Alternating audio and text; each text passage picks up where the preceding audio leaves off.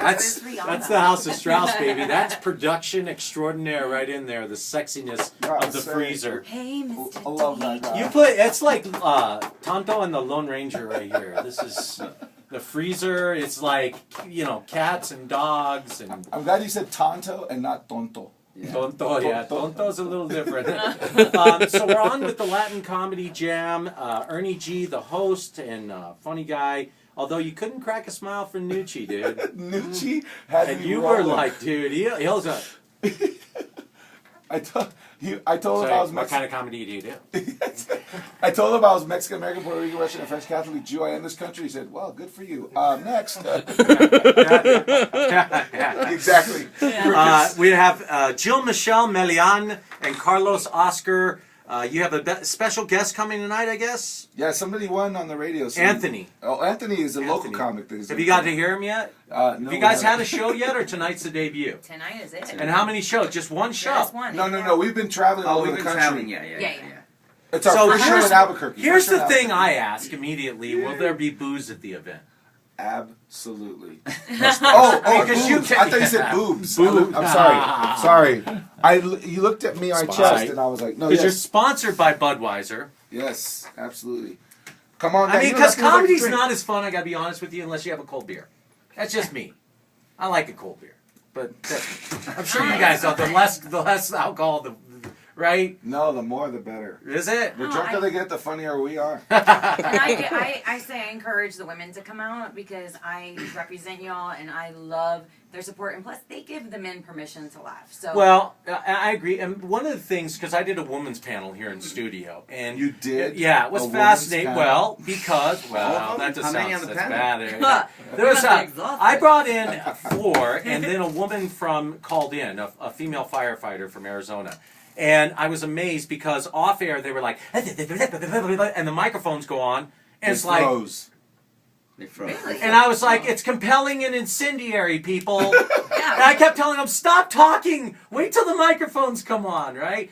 So as a female comic, what are your major issues you face? Like from one, you're hanging out with guys all the time. Is it a male-dominated industry or no? Absolutely. That's why when you are a female, it is harder, but you have more longevity if you're good.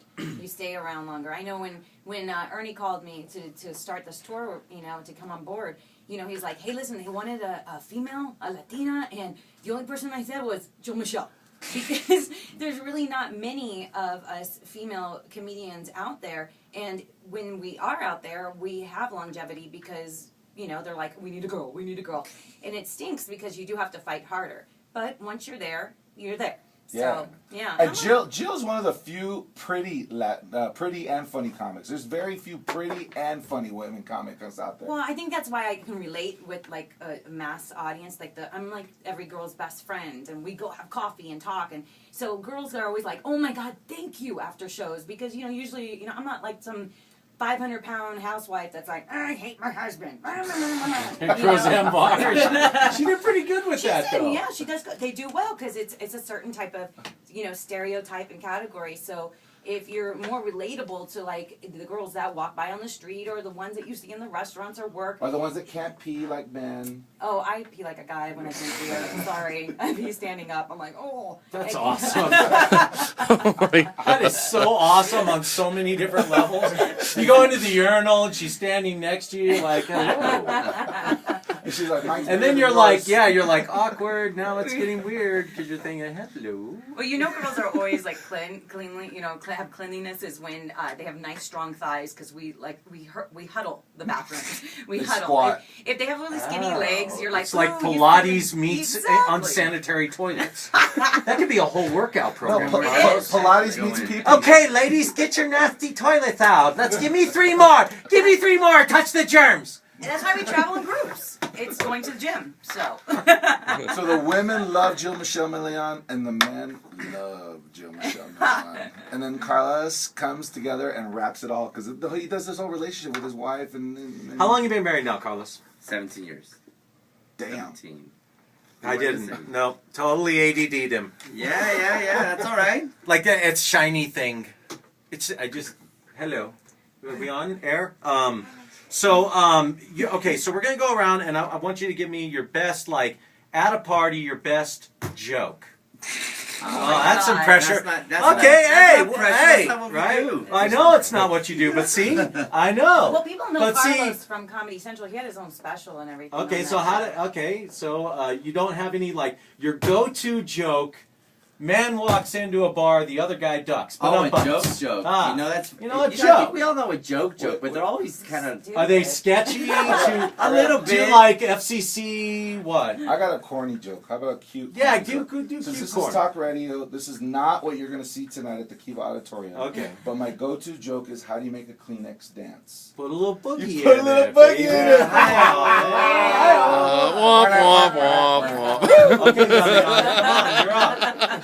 On pressure, on cue. I actually don't tell jokes at parties. I just get girls to make out with each other, so then the guys have a good Oh. time. That's all. I do. Woohoo! Yeah. You're invited.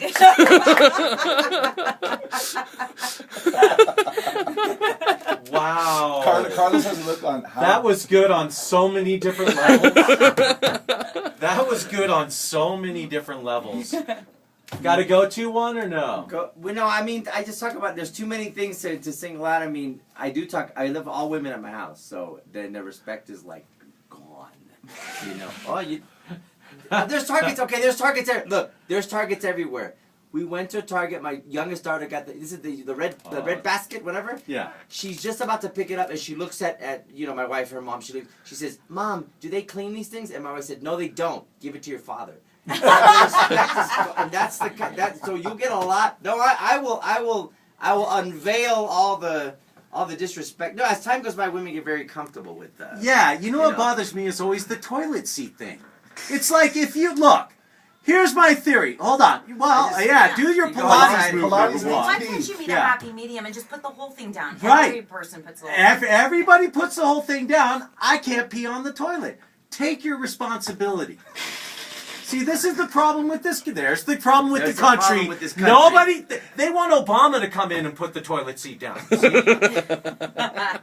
No, We do. No, I think Big things. I think a lot. Put your toilet seat down. I think a Or lot the of people government will want Obama fine to you. come wipe their butt for them. Is what they Seriously. Yeah, exactly. There's a lot. I don't know. They make a big deal about the first black president, but isn't he half white? Yeah. He's half white. And They half never black. talk about that. So he's Puerto Rican. I So promise you. don't understand. Dave, don't call in. It's a joke, Dave. Do not call in. That was a joke. No, I encourage Dave to make his own documentary. Dave's gonna be marching in front of the Kiva with all the Puerto Ricans at Albuquerque, and all three of them are gonna be sweating. All three of them. Oh, man. All three of them. All right. So, the greatest insights living on the road. How is that with your daughters? I mean, leaving home, you got to travel a lot, or no? I travel a lot, but thank God for technology. You can Skype. Yeah, you can Skype. You can do this or that. And then when I get home, I really do. If I were probably place it hour by hour, I'd probably spend more time with my daughters than a guy that has a 9 to 5, 9 to 6. They come home, they're tired, this and that. I mean, when I'm home, I'm just hanging out with them. So That's actually a good point, because a guy like me grinds all day long. Yeah. And so time with my kids is. it's hard to. I mean, I can't really. I'd love to coach them all the time, but when I can only coach when I'm back. They play competitive softball and travel ball and all that. So. Man. That's one thing I missed out on. I would have loved to have been a head coach, but I travel too much. But you know I'm what? married. They got you know what? They got the perks. My daughter is her 16th There's a birthday joke was last there, week, but I so, didn't touch it. Do you see how I didn't touch that one? Yeah, I wanted. He said he wants to be the head coach, but I'm like, but he's married. Yeah. See, No, they get out. Listen. Yeah. I am on the road, but I mean they're getting the benefits of me being out there. My daughters, they have great education. They go to great schools. I got my daughter really, she got a car for her birthday, for her 16th birthday. Cool. So, So life is good. Yeah. It's good. I mean, it is. They travel with me here and there. If it's a city they want to go to, they always they tag along. So there's that. So they didn't want to come to Albuquerque. Melean, hardest thing about doing the Unfortunately, show. no. Is it the hecklers? Do the hecklers bother you guys? I don't get hecklers. People Hey-o. when they talk, it's fun. It's interactive. It feels like you're in your living room. Like I really feel like it's. The stage is like a therapy session for me, and I actually feel like it's more of an outlet because I work on television so much when I'm home, and I don't have a family. I have TV shows, and I'm a mom on TV, and that's my TV kid.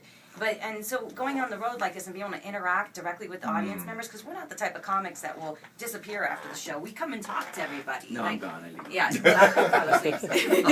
Skyping. So, but we talk to people, and that is my my food for energy, because it's interactive, and people are talking to you and expressing to you like feelings and thoughts, and you go, oh my gosh, this is the reason for my madness, is to make people laugh and escape from reality for a couple hours. So you're not married, or you are married? No, I'm not married. married. Hey-o. Hey-o. Well, that's what's difficult about being Boy, a you comedian. shouldn't have said that in Albuquerque, bro. You're gonna have a line of guys waiting for you after this. She said she'd talk to me. B, she's single.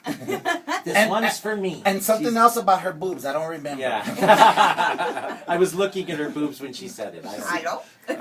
We love the people of Albuquerque, man. We Great people. It's a great city. Great, it really great is. city. I love People this who town. love their home. They love their earth here, and you know, grandmas and grandkids will all laugh at this comedy. I mean, I think all ages are welcome, so you can bring. Is it an all ages show? Yeah, absolutely. It's a very crossover show, yeah. Because I think stand up crossover. I think stand up is. I have my own personal opinion. I mean, I've never told a comic what to say in front of me or after me, whatever. I do my own thing, but I think stand up has become a certain way, and it's only delivered in a certain way, and you know, every comic kind of sounds the same. If you know, depending on the bookers of certain networks, everybody sounds the same. Well, this is the thing I've always found, and we'll talk just a little comedy, and we'll plug the show. We only have a couple minutes left, so but I always find the most intelligent comedians are the ones who don't have to rely on cuss words. Exactly. And that's true. Yeah. That's Carlos- true. Cuss words being the The go-to ha-ha moment. Well, I think what Yeah. happens Although is Eddie that- Murphy, I think, was one of the few that could get away with it and still cross over. So yeah. Yeah,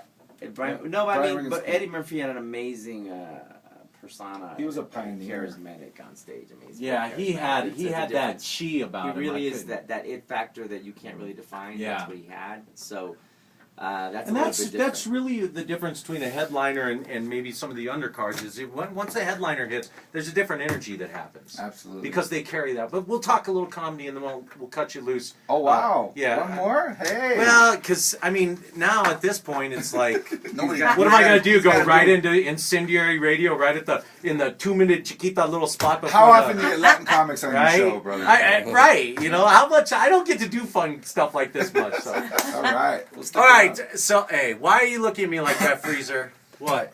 All right, so 243-3333 Viper Pit, get fired up. I brought in a ton of T-shirts today. I got books. We're going to have a lot of fun in the next hour, but we're going to do one more segment. Just plug some comedy. I want to talk a little bit about Latino issues, just a little bit, before we should talk about Let you TV guys- and networks and where it's going. absolutely.